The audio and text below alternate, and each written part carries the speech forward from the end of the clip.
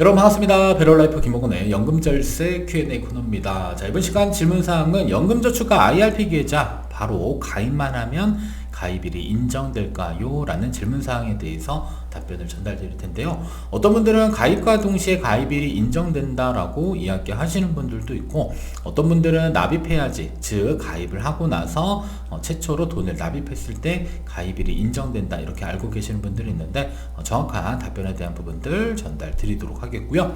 김홍근의 연금절세 Q&A 코너에서는 연금절세 관련된 궁금사항들 댓글 남겨주시면 이렇게 영상 통해서 답변을 전달 드리고 있습니다. 따라서 많은 참여와 관심 부탁드립니다. 자, 그러면 연금계좌, 자, 가입기간은 도대체 왜 중요하냐? 여기서 말하는 연금계좌는 연금저축과 IRP 계좌를 의미를 합니다. 자, 그러면 자, 연금이라고 하는 상품은 결국에 나중에 연금 개시를 해야 되는데 일단 조건이 있는 겁니다. 첫 번째로는 나이 조건, 일단 기본적으로 나이는 만 55세가 넘어야 되겠고요. 자, 두 번째로는 가입기간 조건은 5년 조건이 있습니다. 따라서 두 조건을 모두 충족했을 때 그때부터 뭘 할 수 있다? 연금 개시가 가능하다라는 점 알고 계셔야 됩니다. 따라서 나는 나이 조건은 충족했는데 가입기간이 채 충족이 안 된 경우에는 당연히 가입기간을 충족할 때까지는 기다리셔야 되는 거고요. 그리고 나는 가입기간 조건 5년은 충족했는데 나이가 만 55세가 되지 않았다라고 한다면 이때는 반대로 나이가 만 55세가 될 때까지는 일단 기다려 주셔야 될 필요도 있습니다. 자, 그리고 무조건 나이 조건과 가입기간 조건이 충족됐다라고 해서 연금을 필수적으로 우리가 개시를 해야 되는 것들은 아닙니다. 그냥 잘 운용하다가 내가 일정 부분 연금 안에서 현금 흐름을 만들 목적을 갖고 있다라고 한다면 시간이 지나서 연금 개시해도 되니까 무조건 조건을 충족해야지 연금을 개시를 해야 되는 것 아닌가 라는 부분들은 사실상 내가 필요할 때 연금 개시해서 연금을 수령할 수 있다라는 점 꼭 기억해 주시면 좋을 것 같고요. 자, 그리고 퇴직금이 연금 계좌 안에도 들어올 수가 있습니다. 자, 이때는 퇴직금이 입금된 연금 계좌의 경우는 나이 조건에 대한 부분들만 신경 쓰시면 되겠고요. 이때는 가입기간 조건은 적용되지 않습니다. 따라서 퇴직금이 IRP 계좌로 입금이 되고 내 나이가 만 55세가 초과됐다라고 한다면 이때는 뭘 할 수 있다? 연금 개시를 통해서 연금을 수령할 수 있다. 이렇게 기억을 해주시면 되겠습니다. 자, 그러면 자, 연금저축 도대체 가입만 하면 가입기간의 시작일까? 자, 연금저축의 경우는 언제 가입했는지에 따라서 차이가 조금 있습니다. 예를 들어서 내가 연금저축을 2020년도 1월 1일 이전에 가입하신 분들이다라고 한다면 이때는 연금 계좌를 개설한 날부터 가입기간이 시작이 되는 겁니다. 자, 예를 들어서 내가 2019년도에 만약에 연금저축을 개설했다라고 한다면 이때 2019년부터 1년차가 시작되는 거고요. 그리고 나서 5년 정도 경과하게 되면 이때는 가입기간 조건은 모두 다 충족하게 되는 것으로 볼 수 있는데, 근데 문제는 2020년도 1월 1일 이후에 가입한 경우에는요, 필수 조건입니다. 일단 돈을 납입해야 돼요. 자, 그러면 계좌를 개설을 해두고 그 다음에 최초로 납입한 날로부터 가입기간이 시작되기 때문에 이때는 납입 금액이 필수 조건이 되는 겁니다.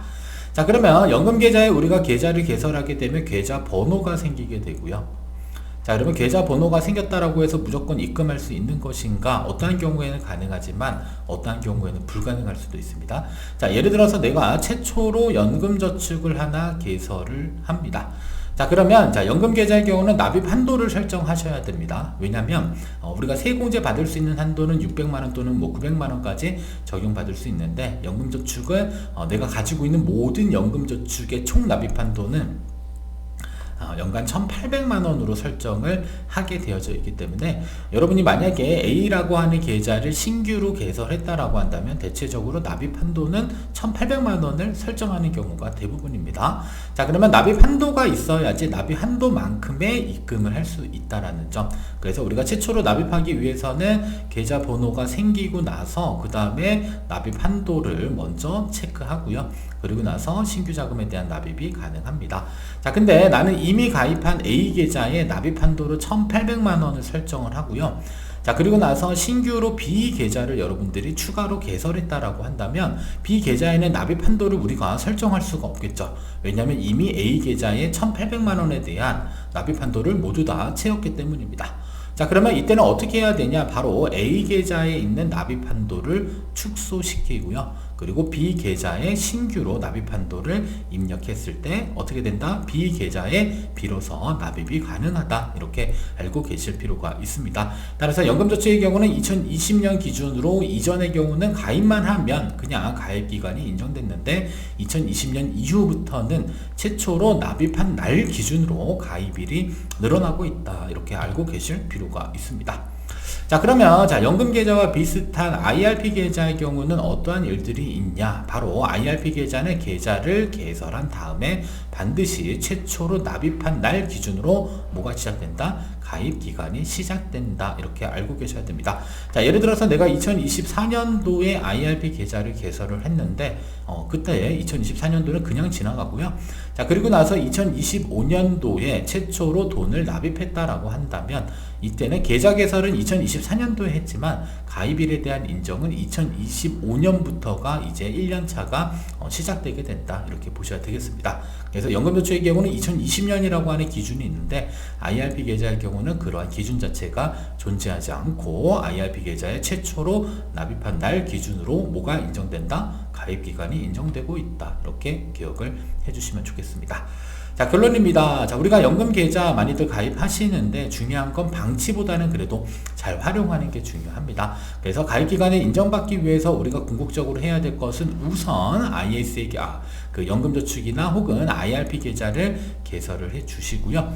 자, 두 번째로는 뭘 해야 될까요? 납입 한도를 설정해 주셔야 됩니다. 납입 한도를 설정해 주시고, 세 번째로는 신규 자금을 납입했었을 때 비로소 뭐가 인정된다? 가입 기간이 시작된다라는 점 기억해 주시면 좋을 것 같습니다.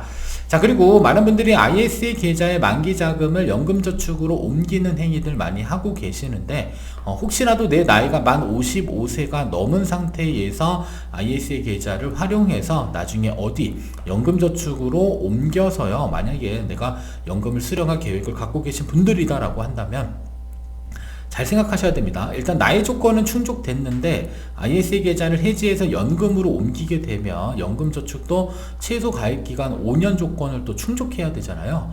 자, 근데 ISA 계좌를 해지한 상태에서 연금으로 신규 개설해서 넘겨버리게 되면요, 일단은 넘어온 뒤로부터는 또 몇 년이 필요하죠?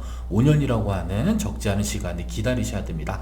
그래서 혹시라도 ISA 계좌 만기 자금을 연금 계좌로 이전할 계획을 갖고 계신 분들이다라고 한다면 적어도 연금저축 한 개는 추가적으로 일단은 개설해 주시고, 그 다음에 최소 한 10,000원 정도의 자금 정도만 입금해 주시면 어차피 가입기간 인정되니까 그래서 별도로 뭐 ISA 계좌 만들어다가 나중에 연금 계좌로 이전할 목적을 갖고 있었는데 넘겨놨더니 이럴 수가, 연금저축의 가입기간이 5년이 안 되니까 자금 인출이 어려워지는 경우도 생길 수가 있습니다. 자, 물론 뭐 중도 인출을 해서 자금을 뺄 수는 있기는 하지만 정상적으로 연금 개시를 통해서 내가 대출금을 해야 된다, 혹은 현금 흐름을 만들어야 된다라고 했었을 경우에는 그래도 가입기간 조건이 중요하니까 여러분들 연금 계좌 개설하는 행위까지는 너무 좋지만 그래도 최소한 10,000원 정도는 가입을 하고 납입을 해서 가입기간을 인정받으면 정말 좋을 것 같습니다. 자, 지금까지 그 베럴라이프 연금절세 Q&A 코너였고요. 다음 시간에도 더 유익한 정보로 찾아뵙도록 하겠습니다. 감사합니다.